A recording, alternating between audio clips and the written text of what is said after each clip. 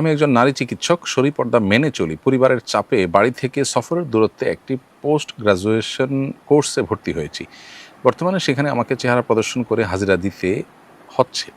ছুটিতে মাহরাম ছাড়া সফর করতে হচ্ছে এবং হোস্টেলের পরিবেশও দিনদারিতার অনুকূল নয়।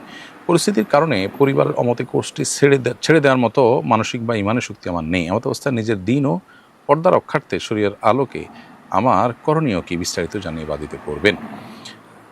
প্রিয় দর্শক, আপনার প্রশ্ন উত্তরে বলতে চাই যে একজন নারী চিকিৎসক হিসাবে আপনি পরিবারের চাপে যে কাজগুলো করতে হয়, আপনি পোস্ট গ্রাজুয়েশন কোর্সের জন্য ভর্তি হয়েছেন এবং সেখানে আপনার পর্দার খেলাপ কাজ করতে হয়, মানব সফরের কাজ করতে হয়। তো এরকম জিনিস করতে আপনি বাধ্য নন। পরিবার অন্যায় নির্দেশ করলে যে কাজ করতে গিয়ে আপনি গুনাহে লিপ্ত হইতে হবে, সেরকম কাজ করতে আপনি আসলে বাধ্য নন। এরকম পরিস্থিতিতে পরিবারকে বুঝিয়ে হোক, যে কোনোভাবে হোক, আপনি গুনাহ থেকে বেঁচে থাকার চেষ্টা করবেন। আপনি একজন শিক্ষিত মানুষ এবং নিজের পায়ে নিজে যথেষ্ট দাঁড়াবার মতো ক্ষমতা আপনার হয়েছে। বিধায় আপনি যে নিজেকে মানসিক বা ইমানের শক্তি আপনার নাই বলেছেন, এই জায়গাটাতে আপনার মোটিভেশন দরকার। আপনি কোনো ভালো বিচক্ষণ আলেম বা দিনদার মানুষ অথবা কোনো নারী যিনি দিনের বুঝ আছে এবং এতটুকু নলেজ আছে, তার কাছ থেকে আপনি মোটিভেশন নেওয়ার চেষ্টা করতে পারেন এবং দিন এবং পর্দা রক্ষার্থে আপনি সর্বোচ্চ ছাড় আপনার দেওয়া উচিত। একান্ত যদি আপনি নিরুপায় হন, তাহলে সেক্ষেত্রে যতটুকু সম্ভব সর্বোচ্চটুকু করবেন এবং বাকি যেটুকু পারছেন না সেগুলোর জন্য আপনি চেষ্টা করবেন। আল্লাহ তাআলা আপনাকে তৌফিক দান করুন। ফুফা এবং খালু কি মাহরাম? না, ফুফা এবং খালু তারা মাহরাম নন। অতএব ফুফা এবং খালুর সাথে মেয়েরা পর্দা করে চলতে হবে।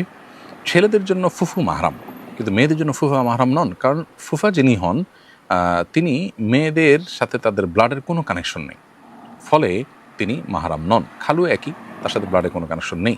ছেলেদের জন্য অবশ্য খালা মাহরাম, কারণ খালার সাথে মায়ের সাথে কানেকশন আছে ব্লাডের, এবং ফুফু মাহরাম কারণ ফুফুর সাথে বাবার মাধ্যমে তাদের ব্লাডের কানেকশন আছে। বিধায় ফুফু এবং খালা তাদের সাথে ছেলেদের জন্য দেখা দেওয়া জায়েজ হলেও মেয়েদের জন্য ফুফা এবং খালুর সাথে দেখা দেওয়া জায়েজ নেই, তারা মাহরাম নন। এরপর মাসিক অবস্থায় দরুদ ইস্তেগফার পড়া যাবে কিনা? মাসিক অবস্থায় শুধু ৫ ওয়াক্ত নামাজ ছাড়াও যে কোনো নামাজ, রোজা এবং বাইতুল্লাহর তওয়াফ এবং কোরআনে কারিমের স্পর্শ করে তেলাওয়াত এগুলো করা যাবে না। এর বাইরে যে কোনো কাজ করা যাবে। বিধায় দরুদ পড়া যাবে, ইস্তেগফার করা যাবে, দোয়া করা যাবে, আল্লাহর জিকির করা যাবে, তাসবিহ পড়া যাবে। এই কাজগুলো মাসিক অবস্থায় এবং কি নেফাস অবস্থায়, অর্থাৎ প্রসব পরবর্তী ব্লিডিং চলাকালীন সময় মেয়েরা করতে পারবেন। বেশি বেশি দরুদ ইস্তেগফার করবেন। অনেক মেয়েরা এই সময় গাফিল হয়ে থাকেন, কিছুই করেন না। তিনি আল্লাহর কাছে দোয়া করতে পারেন লম্বা লম্বা সময় বসে বসে। সেই কাজগুলো তিনি অবশ্যই করতে পারেন। শাশুড়িকে জাকাত দিতে পারবো কিনা? হ্যাঁ, শাশুড়িকে জাকাত দিতে পারবেন যদি তিনি জাকাতের হকদার হন। জাকাত পাওয়ার মতো গরিব অভাবী হলে তাকে জাকাত দিলে জাকাত আদায় হয়ে যাবে।